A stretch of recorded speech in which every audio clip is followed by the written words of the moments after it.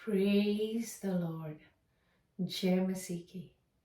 Welcome to Walking on Water Wednesdays. मेरा नाम है अंजलि नाथ। आइए हम मिलकर परमेश्वर पर निर्भर होना सीखें। आज हम अपनी गलातियों की पत्री की स्टडी को कंटिन्यू करेंगे। हम उसके लास्ट चैप्टर 6 में हैं। आज हम वर्स 3 से लेकर 5 को देखेंगे, which talks about bear your own load। कैसे हर एक व्यक्ति को अपना बोझ आप ही उठाना है। किसी ने बखूब कहा है, Christian leadership calls for both a willingness to help, restore other Christians with a gentle spirit, to shoulder their heavy burdens, combined with an awareness of our own impulses to satisfy the desires of the flesh। Hindi में पढ़ूंगी। मसीह अगुओं की बुलाहट ये है कि वे चाहते हुए एक नम्र आत्मा के साथ दूसरे मसीहों को सुधारने में मदद करें, उनके भारी बोझ को अपने कंधों पर उठाएं, ये ना भूलते हुए कि किस रीति हम खुद शरीर की इच्छाओं को पूरा करना मांगते थे। सो जब हम वर्सेस को ही देखते हैं, कैसे गलातियों में पौलुस एड्रेस कर रहे हैं इस समय कि कैसे हम खुद भी कमज़ोर थे, कैसे हम अपने दूसरे कमज़ोर भाई बहनों को उठाते हुए ये ना भूलें कि व्हाट इट फील्स लाइक, कि जब आप खुद उस पाप के से मजबूर होते हैं। लाइक वी टॉक बिफोर, कि जिस चीज़ से हमारे भाई या बहन स्ट्रगल कर रहे हों, मे बी हम उस चीज़ से स्ट्रगल नहीं कर रहे, उस पर्टिकुलर सिन से स्ट्रगल, उस पाप से स्ट्रगल नहीं कर रहे हैं, पर एट द सेम टाइम हम जानते हैं कि पाप के अगेंस्ट स्ट्रगल करना का क्या मतलब है। लाइक हमारी अपनी स्ट्रगल में हमने ये सीखा है कि जिस भी पाप में हम खुद फंसे होते हैं उससे निकलना कितना ही मुश्किल होता है। तो जब हम दूसरों की मदद करें, पौलुस इस समय बताएंगे कि ये ना भूलें कि आप अपना बोझ भी आप ही उठा रहे हैं। आइए हम चैप्टर 5 की लास्ट वर्स को देखते हैं, 26, which flows into the next 5 verses of Galatians 6।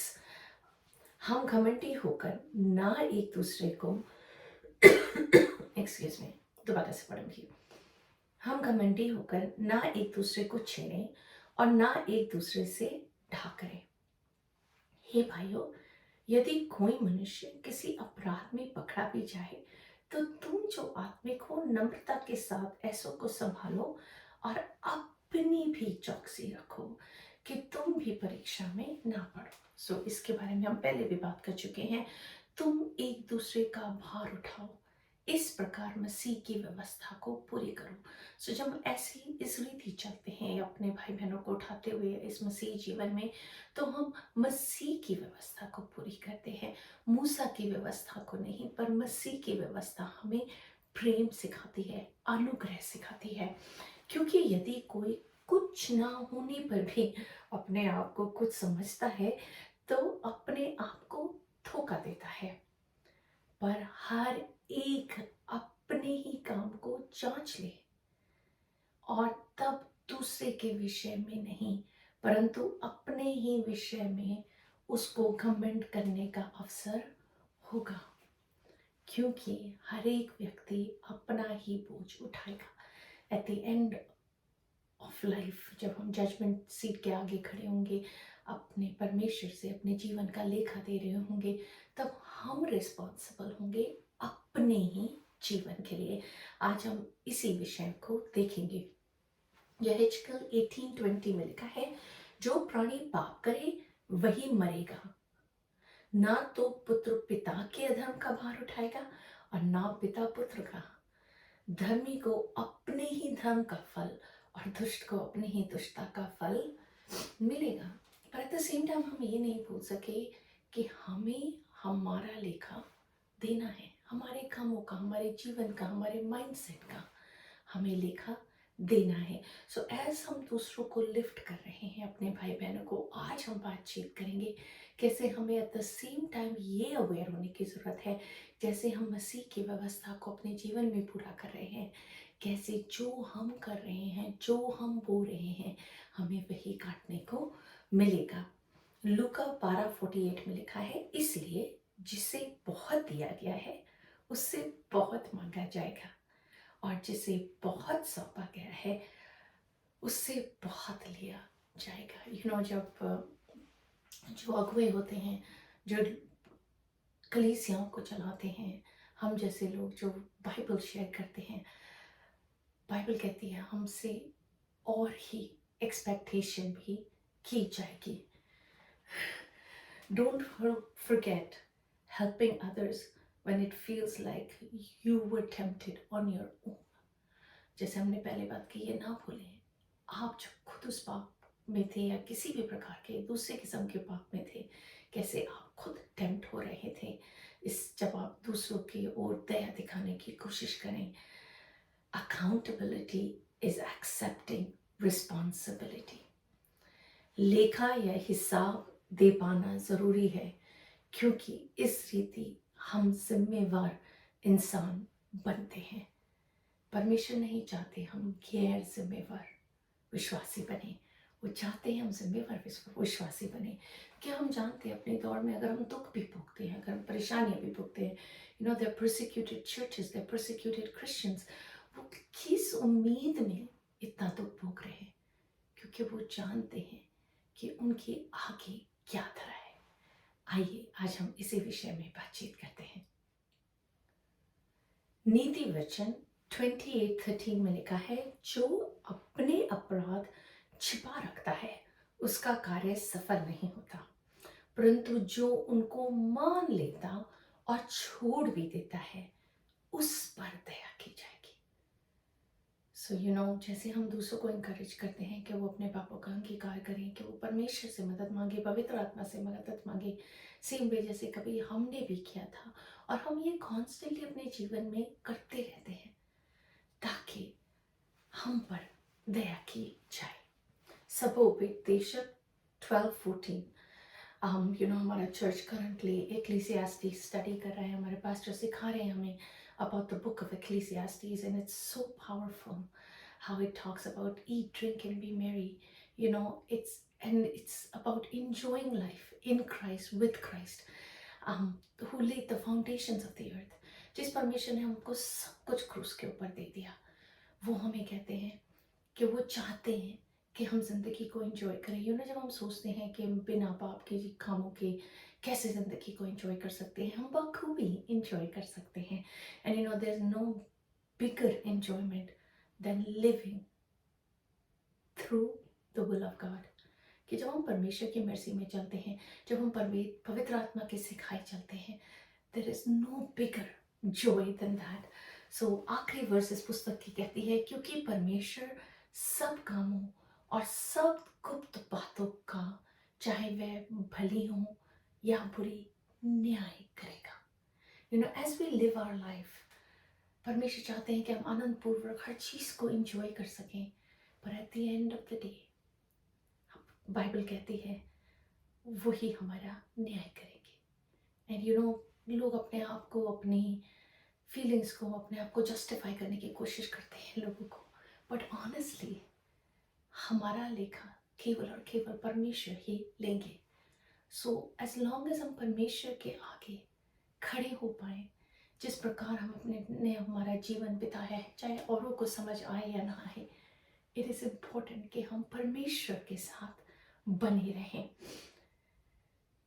2 कुरिन्थियों 5:10 में लिखा है, क्योंकि अवश्य है कि हम सब का हाल मसीह के न्याय आसन के सामने खुल जाए, कि हर एक व्यक्ति अपने अपने भले बुरे काम का बदला जो उसने देह के द्वारा किए हों पाए।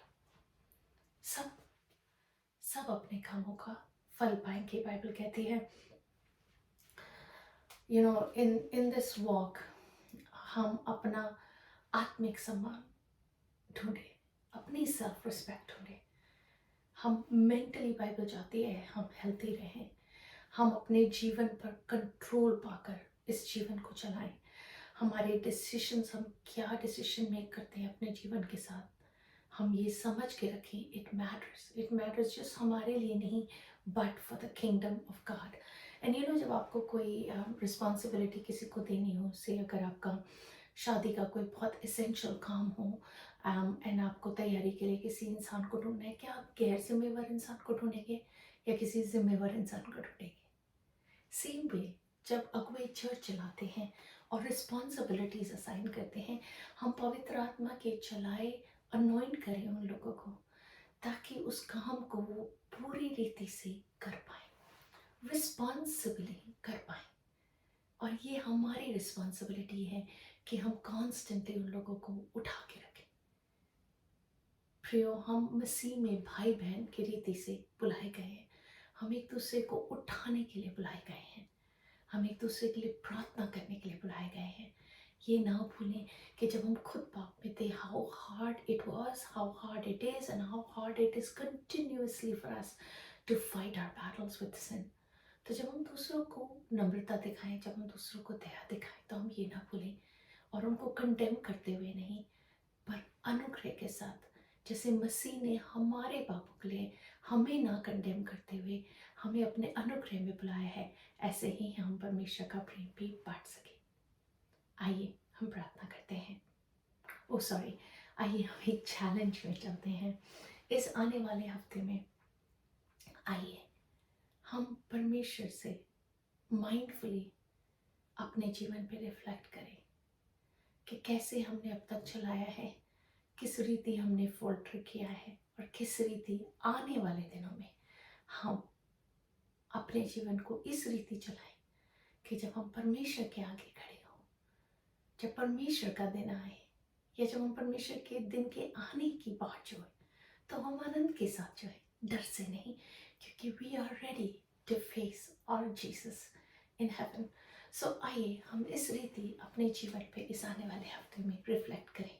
आइए हम प्रार्थना करते हैं। God, our loving Father, we thank you. परमेश्वर, हम आपका धन्यवाद करते हैं प्रभु जी।